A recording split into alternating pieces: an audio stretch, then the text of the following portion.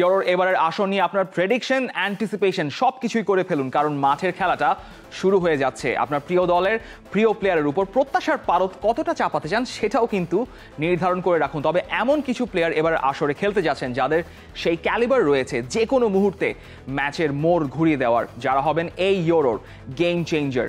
প্রথম যেই গেম চেঞ্জারের নাম নিতে হচ্ছে এবারের ইউরোতে, তিনি জার্মানির ফ্লোরিয়ান ভার্টস। মাত্র 21 বছর বয়সী সেন্ট্রাল অ্যাটাকিং মিডফিল্ডার, যিনি জার্মানির কোচ জুলিয়ান নাগলসম্যানের আন্ডারে লেফট উইং পজিশনে শুরু করবেন অ্যাজ আ নাম্বার 10 জামাল মুজিয়ালার সঙ্গে। ফ্লোরিয়ান ভার্টস কি অসাধারণ একটা মৌসুম কাটিয়েছেন এবার বায়ার লেভারকুজেনের হয়ে। বায়ার লেভারকুজেন শাবি আলোনসোর অধীনে যেই ইনভিনসিবল ডাবলটা জিতেছে, সেখানে লেভারকুজেনের অ্যাটাকিং ফালক্রামের সেন্টারে কিন্তু ছিলেন ফ্লোরিয়ান ভার্টস।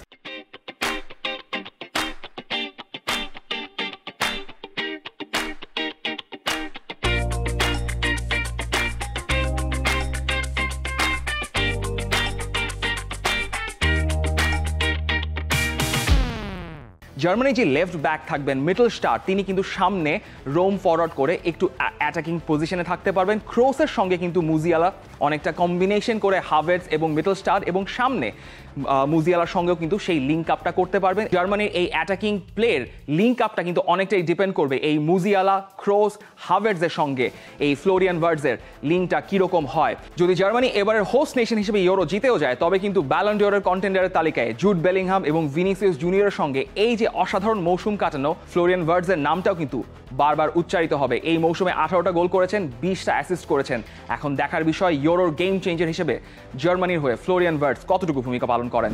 আমাদের game changer number 2 Hungary Dominik Szoboszlai. হাঙ্গেরির যেই রিজুভিনেটেড, যেই নতুন সাইড, যেই ইয়াং প্রসপেক্টেড সাইড, তাদের আইকনিক প্লেয়ার অলরেডি হয়ে গেছেন তাদের নেশনের জন্য এই ডমিনিক সবোজলাই। মাত্র 21 বছর বয়সে তাকে ক্যাপ্টেন্সির দায়িত্ব দেওয়া হয়েছে এই দলটা, যেই দলে একসময় ছিলেন লেজেন্ডারি হাঙ্গেরির ফেরেঙ্ক পুসকাস।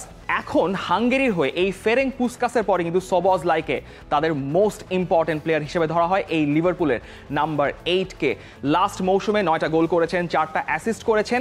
শেষের দিকে এসে কিছুটা ফর্ম হারিয়ে ফেললেও তিনি কি করে দেখাতে পারেন এই লিভারপুলের মিডফিল্ডে এবং হাঙ্গেরির জন্য, হাঙ্গেরির মিডফিল্ডে, সেটা কিন্তু সবোজলাই প্রমাণ করেছেন। তিনি আরবি লাইপজিগে যখন খেলতেন, লিভারপুলের হয়ে যখন খেলেছেন, তিনি মোটামুটি ভালো একজন ড্রিবলার। আন্ডার প্রেশারে তিনি ড্রিবল করে ডেঞ্জারাস সিচুয়েশন থেকে বের হয়ে বক্সে আসতে পারেন এবং বক্সে একটা আক্রমণাত্মক সিচুয়েশনে শুট করে ভালো গোলের চান্সেস ক্রিয়েট করতে পারেন। এছাড়াও আক্রমণের একদম শেষ ফেজে এসে তিনি কিন্তু বক্সে তার লেট উপস্থিতি বা লেট রান নেওয়ার একটা প্রবণতা আছে, সেখান থেকেও কিন্তু ভালো পজিশনে তিনি শুট করতে পারেন। হাঙ্গেরি আছে জার্মানির এই গ্রুপে এবং দ্বিতীয় রাউন্ডে ওঠার জন্য বা রাউন্ড অফ 16-এ ওঠার জন্য কিন্তু ডমিনিক সবোজলাইয়ের দিকেই হাঙ্গেরি তাকিয়ে থাকবে। ডেফিনেটলি যে কোনো মোমেন্টে হাঙ্গেরির জন্য তিনি হয়ে উঠতে পারেন একটা বড় গেম চেঞ্জার। আমাদের তৃতীয় গেম চেঞ্জার ক্রোয়েশিয়ার ইয়শকো গ্বারদিওল, যিনি সেন্টার ব্যাক রোলেও খেলতে পারেন, যিনি লেফট ব্যাক রোলেও খেলতে পারেন। মাত্র 22 বছর বয়সে তিনি গত বছরই ট্রান্সফার হয়ে এসেছিলেন ম্যানচেস্টার সিটিতে। প্রথম দিকে কিছুটা তার একটু সময় লেগেছে এই পেপ গুয়ার্দিওলার সিস্টেমের সঙ্গে মানিয়ে নিতে, কিন্তু সিজনের শেষ ভাগে এসে কিন্তু তিনি প্রমাণ করেছেন যে কেন পেপ গুয়ার্দিওলা তার উপর ভরসা রেখেছেন। যেখানে আসলে পেপ গুয়ার্দিওলার সিস্টেমে প্রথম সিজনে যে প্লেয়াররা আসেন তাদেরকে খুব একটা মিনিট খেলতে দেওয়া হয় না, সেখানে কিন্তু ইয়শকো গ্বারদিওল তার প্রথম সিজনে এসেই প্রায় 3500 মিনিট খেলেছেন প্রিমিয়ার লিগ এবং চ্যাম্পিয়ন্স লিগ মিলে।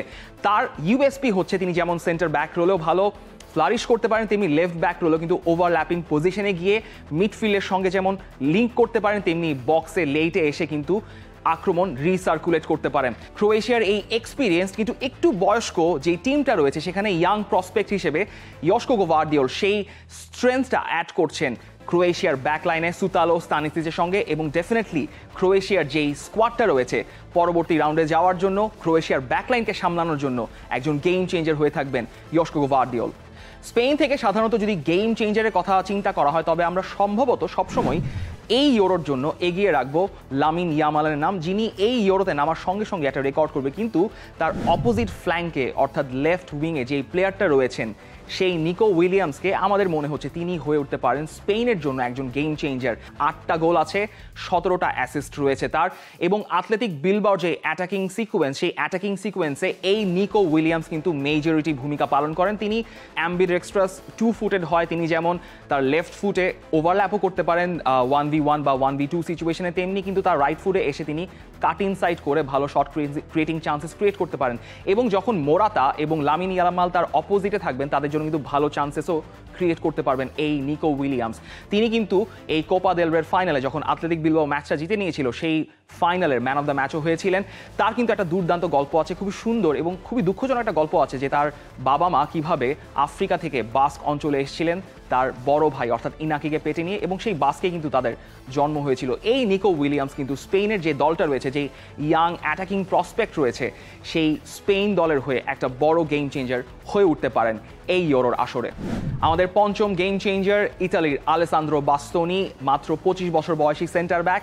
ইতালি একটা পোস্ট কিয়েলিনি বনুচ্চি যুগে প্রবেশ করেছে। তাদের যেই টেনাসিটি, ফিজিক্যালিটি এবং যেই পাসিং রেঞ্জেস ছিল তার সব কিছুই সম্ভবত এই আলেসান্দ্রো বাস্তোনি তিনি উত্তরাধিকার সূত্রে পেয়ে গেছেন। তার যেমন তিনি লেফট ফুটেড, কিয়েলিনির মতো লেফট ফুটেড, তেমনি তার যে পাসিং রেঞ্জ সেটা আপনাকে বনুচির কথা মনে করিয়েই দিবে। এবং তার এই কন্ট্রিবিউশন, সেন্টার ব্যাকে তার কন্ট্রিবিউশন, ডিফেন্সে তার কন্ট্রিবিউশন এবং তার পাসিং রেঞ্জের কন্ট্রিবিউশনের কারণে কিন্তু ইন্টার যেই সেরিয়াটা জিতেছে তার খুবই গুরুত্বপূর্ণ ভূমিকা ছিল। ইন্টার মিলান কিন্তু শেষ মৌসুমে মাত্র 22টা গোল কনসিড করেছিল, যেই মৌসুমে অর্থাৎ কিছুদিন আগে তারা সেরিয়া জিতেছে। সেই মৌসুমে কিন্তু তিনি তাদের সেন্টার ব্যাকের যে ডিফেন্সিভ লাইনটা তিনি লিড করেছেন। তিনি ইজিলি, তার সবচেয়ে বড় ইউএসপি হচ্ছে যে ইতালির যে উইং ব্যাক দিমার্কো, যিনি তার ইন্টারেরও সতীর্থ, তার সঙ্গে ভালোভাবে লিঙ্ক আপ করতে পারেন এবং লিঙ্ক আপ করে তিনিও কিন্তু বল নিয়ে ওভারল্যাপ করে সামনে ভালো আক্রমণের সিচুয়েশন ক্রিয়েট করতে পারেন, আক্রমণে চান্সেস ক্রিয়েট করতে পারেন। ইতালিকে অনেকেই ডাউট করছে যে এই মৌসুমে লুচিয়ানো স্পালেত্তির দল আসলে কোন কম্বিনেশনে খেলবে, কোন সিস্টেমে তারা তাদের আক্রমণ ভাগ বা তাদের ডিফেন্স ইউনিটকে সাজাবে। কিন্তু বাস্তোনি থাকার ফলে কিন্তু ডিফেন্সিভ ইউনিটে অন্তত স্পালেত্তির অন্তত বল প্লেয়িং ডিফেন্ডারের রোলটা তিনি তাকে বুঝিয়ে দিতেই পারেন এবং সেই ভরসার প্রতিদানটা বাস্তোনি দেওয়ার জন্য প্রস্তুতি রয়েছেন। এরপরের ইউরোর গেম চেঞ্জার যিনি হতে পারেন তিনি ডেকলান রাইস, ইংল্যান্ডের 25 বছর বয়সী ডিফেন্সিভ মিডফিল্ডার। আর্সেনালের হয়ে চমৎকার একটা মৌসুম কাটিয়েছেন। প্রায় 4500 মিনিট তিনি ব্যাক করেছেন মিকেল আর্তেতার হয়ে। প্রথম সিজনে আর্সেনালের হয়ে খেলে 7টা গোল এবং 10টা অ্যাসিস্ট আছে, কিন্তু তার ইউএসপিটা বা তার আসলে কন্ট্রিবিউশনটা গোল অ্যাসিস্টের চাইতে তিনি আরও অনেক বেশি কিছু করেন। মাত্র 2জন প্লেয়ার রয়েছেন প্রিমিয়ার লিগে যিনি রুবেন দিয়াস এবং ব্রাইটনের জান পল ভ্যান হেকে তাদের চাইতে সর্বোচ্চ মিটার বল ক্যারি করে তিনি ডিপ থেকে আক্রমণ ভাগে নিয়ে গেছেন, তিনি কিন্তু ডেকলান রাইস। এবং ইংল্যান্ডের যে ব্যাকলাইনটা রয়েছে, যেই ব্যাকলাইনটাকে কিছুটা হলেও ফ্র্যাজাইল বলা হচ্ছে, এই ফ্র্যাজাইল ব্যাকলাইনটাকে ট্র্যাক ব্যাক করে আলাদা ডিফেন্সিভ প্রোটেকশন দেওয়ার দায়িত্বটা কিন্তু পড়বে এই ডেকলান রাইসের ওপরই। যখন অ্যাটাকটা রিসার্কুলেট করা হয় তখন কিন্তু যখন ডেকলান রাইসের পায়ে বল আসে তিনি কিন্তু এই মৌসুমে ইম্পর্টেন্ট অনেকগুলো গোল করেছেন এবং কর্নার বা সেট পিস থেকে অনেকগুলো গোল অ্যাসিস্ট করেছেন। ইংল্যান্ডের এই টিমটা যদি তারা ইটস কামিং হোম স্লোগানটাকে সত্যি করতেই চায় তবে ডেকলান রাইসই তাদেরকে সেই কনফিডেন্সটা দিতে পারেন এবং ইংল্যান্ডের ব্যালেন্সটা রক্ষা করার জন্য ডেকলান রাইসের ভূমিকা খুবই গুরুত্বপূর্ণ এই ইউরোতে। আমাদের পরবর্তী গেম চেঞ্জার স্লোভেনিয়ার বেঞ্জামিন শেশকো, মাত্র 21 বছর বয়সী ফরওয়ার্ড, যিনি এই ইউরো শুরুর আগে থেকেই তাকে ট্রান্সফার মার্কেটে একটা কারাকারি পড়ার কথা শোনা যাচ্ছিল। আর্সেনাল তাকে নেয়ার ব্যাপারে কথাবার্তা চালাচ্ছিল, চেলসিরও একটা ইন্টারেস্টের কথা শোনা গিয়েছিল, কিন্তু শেষ পর্যন্ত আরবি লাইপজিগ তাকে একটা এক্সটেন্ডেড কন্ট্রাক্টে সাইন করাতে যাচ্ছে। তিনি সম্ভবত পরের মৌসুম আরবি লাইপজিগে কাটাতে যাচ্ছেন, কিন্তু শেষ মৌসুমটা দুর্দান্ত একটা মৌসুম তিনি কাটিয়েছেন। 18টা গোল করেছেন, 2টা অ্যাসিস্ট তিনি বুন্দেসলিগায় করেছেন। তার এই হট প্রসপেক্ট থাকার কারণে কিন্তু স্লোভেনিয়া তার উপর ভরসাটা বেশি করে করবে। নর্মালি তিনি আরবি লাইপজিগের সেই রেডবুল ফুটবলে তিনি 4-4-2 ফরমেশনে কিছুটা রাইটে শুরু করেন, কিন্তু স্লোভেনিয়ার জন্য তিনি হয়তো সেন্ট্রালি খেলবেন। বেঞ্জামিন শেশকোর যে হাইট অ্যাডভান্টেজ রয়েছে সেটা 6 ফুট 4 ইঞ্চি, সেই হাইট অ্যাডভান্টেজ দিয়ে স্লোভেনিয়া কিন্তু তাদের যে পেনাল্টি বক্স রয়েছে সেখান থেকে ভালো গোল থ্রেট কিন্তু এই বেঞ্জামিন শেশকো ক্রিয়েট করতে পারেন। ইংল্যান্ড ডেনমার্কের গ্রুপে স্লোভেনিয়াকে হয়তো ওভাবে কেউ কন্টেন্ডার হিসেবে চিন্তা করছে না, তবে ইংল্যান্ড, ডেনমার্ক এবং সার্বিয়াকে চ্যালেঞ্জ জানানোর জন্য স্লোভেনিয়া কিন্তু এই বেঞ্জামিন শেশকোর উপরই ভরসা করতে পারবে এবং তিনি কিন্তু যে কোনো মুহূর্তে হয়ে উঠতে পারেন স্লোভেনিয়ার জন্য একজন বড় গেম চেঞ্জার। ফ্রান্সের হয়ে অনেক গেম চেঞ্জারই আছেন, তাদের মধ্যে ওয়ারেন জায়ের এমেরি আছেন, নতুন ব্র্যাডলি বারকোলা আছেন এবং আরও অনেকের নামই চাইলে নিতে হতে পারে, বাট আমরা চুজ করছি এখানে এদুয়ার্ডো কামাভিঙ্গাকে। এদুয়ার্ডো কামাভিঙ্গা এই লিস্টের মধ্যে অলরেডি প্রুভেন একজন প্লেয়ার, কিন্তু সম্ভবত দিদিয়ের দেশম তাকে লেফট সেন্টার মিডফিল্ডার হিসেবে হয়তো শুরু করতে যাচ্ছেন যদি 4-3-3 ফরমেশনে ফ্রান্স খেলে থাকে। মাত্র 21 বছর বয়সী কামাভিঙ্গা আসলে ক্লাব লেভেলে সব কিছুই জিতে ফেলেছেন। এখন যদি একটা ইউরো তিনি জিততে পারেন তবে সেটা তার জন্য আইসিং অন দ্য কেক হবে। এদুয়ার্দো কামাভিঙ্গা যেমন সেন্ট্রাল মিডফিল্ডে থেকে তার রোল অনুযায়ী বলটা স্প্রে করে সামনে ডিস্ট্রিবিউট করতে পারেন, তেমনি ডিফেন্সিভলি কিন্তু তিনি বড় একটা ভূমিকা রাখেন, যেহেতু তিনি রিয়াল মাদ্রিদে মাঝে মধ্যে মেকশিফট লেফট ব্যাক রোলে প্লে করে থাকেন। সেই জন্য যখন থেও হার্নান্দেজ সামনে এগিয়ে যাবেন তখন কিন্তু সেই ডিফেন্সিভ সলিডিটি বা ডিফেন্সিভ স্টেবিলিটি মেনটেন করার জন্য কামাভিঙ্গা একটা গুরুত্বপূর্ণ ভূমিকা পালন করবেন। এবং এমবাপের সঙ্গেও কিন্তু লিঙ্ক আপ করার ক্ষেত্রে কামাভিঙ্গা ফ্রান্স দলের হয়ে খুবই ক্রুশাল দায়িত্ব পালন করবেন। ফ্রান্সের অনেক গেম চেঞ্জারের মধ্যে তাই কামাভিঙ্গাকে আমরা একজন বড় গেম চেঞ্জার হিসেবে ধরে রাখতেই পারি। নেদারল্যান্ডস থেকে যাকে আমরা গেম চেঞ্জার হিসেবে ধরছি তিনি শাভি সিমন্স, রাইট উইঙ্গার বা ফরওয়ার্ড রোলে তিনি খেলে থাকেন। 21 বছর বয়সী এই প্লেয়ার লাস্ট মৌসুমে আরবি লাইপজিগের ধারে খেলে করেছেন 10টা গোল 15টা অ্যাসিস্ট। যার বাবা অর্থাৎ শাভি সিমন্সের বাবা তার ছেলের নাম রেখেছিলেন স্পেনের লেজেন্ডারি মিডফিল্ডার শাভির নামে, যিনি কিনা লাস্ট মৌসুমে বার্সেলোনা কোচ ছিলেন।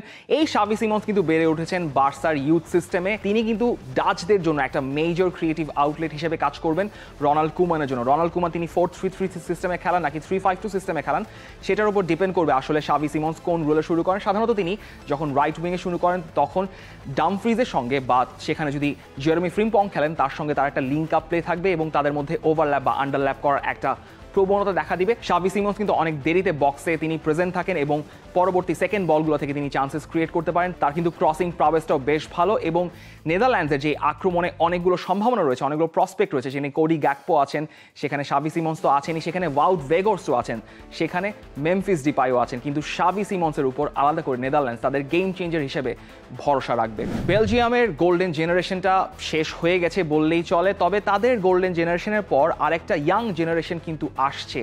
সেই ইয়াং জেনারেশন থেকে আছেন দুইজন পেসি উইঙ্গার। তাদের সেই পেসি উইঙ্গারদের মধ্যে একজন আমাদের গেম চেঞ্জার হতেই পারেন, তিনি ইয়োহান বাকায়োকো।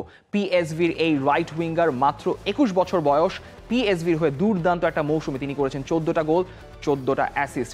পিএসভির কিন্তু ভালো উইঙ্গার নার্চার করার একটা টেন্ডেন্সি কিন্তু আছে। এর আগে আমরা এরভিং লোজানোকে দেখেছি, এর আগে আমরা আরিয়ান রবেনকে দেখেছি। এই লিস্টের মধ্যে ইয়োহান বাকায়ো লেটেস্ট একজন নাম। ডোকুর পাশাপাশি কিন্তু রাইট উইং থেকে তিনি ড্রিবল করতে খুবই পছন্দ করেন। তিনি একজন ভালো ড্রিবলি বয়। তিনি যেমন আউটসাইড থেকে ড্রিবল করতে পারেন 1v1 বা 2v1 সিচুয়েশনকে ফুল ব্যাককে কাটিয়ে তিনি একই সঙ্গে কিন্তু ভালো ক্রস ডেলিভার করতে পারেন এবং তার কিন্তু কাট ব্যাক করার প্রবণতাও রয়েছে। লাস্ট মৌসুমে এরডিভিসিতে যেই মোস্ট প্রোগ্রেসিভ ক্যারি অর্থাৎ ডিফেন্সিভ ডিপ হাফ থেকে বা ওয়াইড স্পেস থেকে সামনে আক্রমণে বল ক্যারি করে নিয়ে যাওয়ার মধ্যে যে মেট্রিকটা রয়েছে সেখানে কিন্তু সবচেয়ে বেশি প্রোগ্রেসিভ ক্যারি করেছেন এই ইয়োহান বাকায়োকো। বেলজিয়ামের সেন্ট্রাল আক্রমণে যে রোমেলো লুকাকু থাকবেন নাম্বার 9 হিসেবে, তাকে বলের যোগান দেওয়া বা কাটব্যাক থেকে তার জন্য চান্সেস ক্রিয়েট করার জন্য কিন্তু বাকায়োকো খুবই গুরুত্বপূর্ণ ভূমিকা তার থাকবে এবং কাটব্যাক থেকে কিন্তু তিনি গোলে অর্থাৎ বক্সে ভালো চান্সেস ক্রিয়েট করতে পারবেন। বেলজিয়ামের গ্রুপ ই থেকে যেই আরেকটা দলকে আমরা স্ট্রং কন্টেন্ডার হিসেবে ভেবে নিয়েছি যারা পরবর্তী রাউন্ডে চলে যেতে পারে, সেই ইউক্রেনের Artem Dovbyk can be the game changer for this team any time. 26 বছর বয়সী এই ফরওয়ার্ড তিনি গত মৌসুমে জিরোনার যে আউটস্ট্যান্ডিং সিজন গিয়েছে সেই আউটস্ট্যান্ডিং সিজনে তিনি টপ গোল স্কোরার হিসেবে শেষ করেছেন। লা লিগার গোল্ডেন বুটটাও জিতে নিয়েছেন। 25টা গোল 10টা অ্যাসিস্ট তার ব্যাগে রয়েছে। এই ইউক্রেনের যেই আক্রমণের যে সেটআপটা রয়েছে, তাদের যে অ্যাটাকিং কম্বিনেশনগুলো রয়েছে সেটার সেন্ট্রালি ফালক্রাম হিসেবে কিন্তু ডভভিক থাকবেন এবং তাকেই কিন্তু সেই বলগুলো ডেলিভারি করা হবে পেছন থেকে। মুদ্রিক রয়েছেন, শিগাঙ্কভ রয়েছেন, সুদাকভ রয়েছেন, তারা কিন্তু সবসময় এই আর্টেম ডভভিকের যে প্রেজেন্সটা রয়েছে তিনি কিন্তু বিটুইন দ্য লাইন অর্থাৎ মিডফিল্ডার এবং অপোজিশন টিমের যে ডিফেন্ডার রয়েছেন তাদের বিটুইন দ্য লাইনের নিচে নেমে এসে কিন্তু তাদেরকে ড্র্যাগ করে নিয়ে আসতে পারেন এবং সেখান থেকে কিন্তু পেছনে যারা উইঙ্গার রয়েছেন তারা ওয়াইড স্পেস থেকে আক্রমণের চান্সেস ক্রিয়েট করতে পারেন এবং আর্টেম ডভভিক কিন্তু জিরোনার হয়ে অনেক দেরিতে বক্সে অ্যারাইভ করতে পারেন। সেখান থেকে তিনি হেডারে এবং সেট পিস থেকেও কিন্তু তিনি গোল করেছেন এবং এই ইউক্রেনের জন্য ইউক্রেনের যে রিজুভিনেটেড অ্যাটাক রয়েছে সেই অ্যাটাকটাকে স্পিয়ার হেড করবেন আর্তেম ডভভিক। প্রথমবারের মতো তাদের ইতিহাসে কোনো মেজর টুর্নামেন্ট খেলতে যাওয়া জর্জিয়ার জন্য তাদের সবচেয়ে বড় গেম চেঞ্জার ভিচা ক্ভারাটসখেলিয়া, তার নামের উচ্চারণ নিয়ে যতই কনফিউশন থাকুক না কেন, এই 23 বছর বয়সী লেফট উইঙ্গার তিনি এই মুহূর্তে যে ওয়ার্ল্ডের অন্যতম প্রসপেক্টের একজন প্লেয়ার, অন্যতম ব্রাইটেস্ট একজন প্লেয়ার, সেটা নিয়ে কোনো সন্দেহ নেই। মারাদোনার নামে নাম দেওয়া কাভারাদোনা, যিনি নাপোলিতে, তার নামে অনেক শিশুর নামও রাখা হয়েছে। তিনি বল নিয়ে কি করতে পারেন সেটা আমরা গত মৌসুমের আগের মৌসুমে কিন্তু দেখেছি। নেপলসে নাপোলির জন্য একটা বাজে মৌসুম গিয়েছে কিন্তু তার গোল স্কোরিং কিন্তু কমেনি। তিনি 11টা গোল করেছেন, 9টা অ্যাসিস্ট করেছেন এবং তার ড্রিবলিংয়ের সবচেয়ে দুর্দান্ত ব্যাপারটা হচ্ছে তার ড্রিবলিংটাকে আপনি প্রেডিক্ট করতে পারবেন না। তিনি যখন 1v1 বা 2v1 সিচুয়েশন কোনো ফুল ব্যাক বা সেন্টার ব্যাককে ফেস করছেন, তিনি আসলে সিমি করে ডানে কাটবেন নাকি তিনি ভেতরে না ঢুকে ওভারল্যাপ করবেন, সেটা কিন্তু সেই ডিফেন্ডাররা বুঝতে পারেন না। তার এই ড্রিবলিং অ্যাবিলিটি কিন্তু আমরা নাপোলির সেই সিজন স্কুদেতো উইনিং সিজনে দেখেই এসেছি।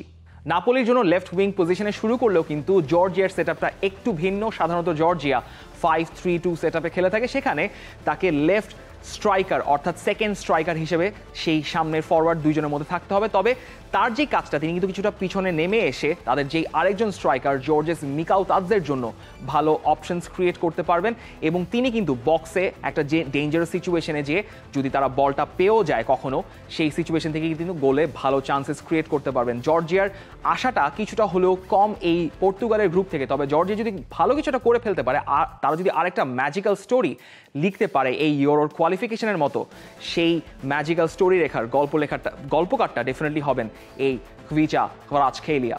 পর্তুগাল ডেফিনেটলি গ্রুপ এফ থেকে সবচেয়ে বড় কন্টেন্ডার পরবর্তী রাউন্ডে চলে যাওয়ার জন্য। পর্তুগালের যে পরিমাণ ট্যালেন্ট রয়েছে রবার্তো মার্টিনেজের এবং ক্রিশ্চিয়ানো রোনালদোর টিমমেটদের, সেখানে কোনো সন্দেহ নেই পর্তুগাল কতটা দূর যেতে পারে। তবে আরও একটা ব্যাপারে সন্দেহ নেই যে এই টিমের Rafael Leao can be a game changer any time. Rafael লিয়াওর সবচেয়ে বড় ব্যাপারটা হচ্ছে তিনি যখন তার দল ট্রানজিশনে খেলছে তখন তো তিনি ডেফিনেটলি তার পেস দিয়ে, তার ড্রিবলিং দিয়ে তার অপোজিশনে যে ডিফেন্ডার রয়েছে তাদেরকে তিনি ভুল জায়গায় নিয়ে যেতে পারেন। আবার যখন দল খুবই পেশেন্টলি বিল্ড আপ করে খেলছে তখনও কিন্তু তিনি বলটা ডিপ থেকে ক্যারি করে সামনে তার ক্রিশ্চিয়ানো রোনালদো যদি থাকেন বা অপোজিশনে যদি বার্নার্দো সিলভা বা অন্য কোনো প্লেয়ার থাকেন, যদি ব্রুনো ফার্নান্দেজ থাকেন, তার জন্য কিন্তু তিনি ক্রিয়েটিভ আউটলেয়ার হিসেবে কাজ করতে পারেন। তিনি গোলও করেন, তিনি অ্যাসিস্টও করেন এবং পর্তুগালের যে সেট আপ, যেই ভাস্ট উইং অফ ট্যালেন্টস, সেখানে Rafael Leao stands out among the most এবং এই ইউরোতে ডেফিনেটলি একজন বড় গেম চেঞ্জার হয়ে উঠতে পারেন পর্তুগালের জন্য রাফায়েল লিয়াও।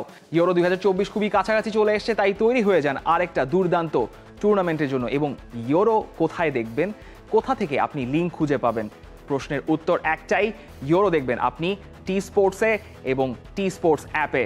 ইউরো নিয়ে আপনার প্রেডিকশন এবং আপনার গেম চেঞ্জারকে জানিয়ে দিন কমেন্ট বক্সে। For more updates, subscribe to our YouTube channel and click on the bell icon. Follow us on Facebook and Instagram. Download T-Sports app to enjoy exciting games and highlights. Visit tsports.com.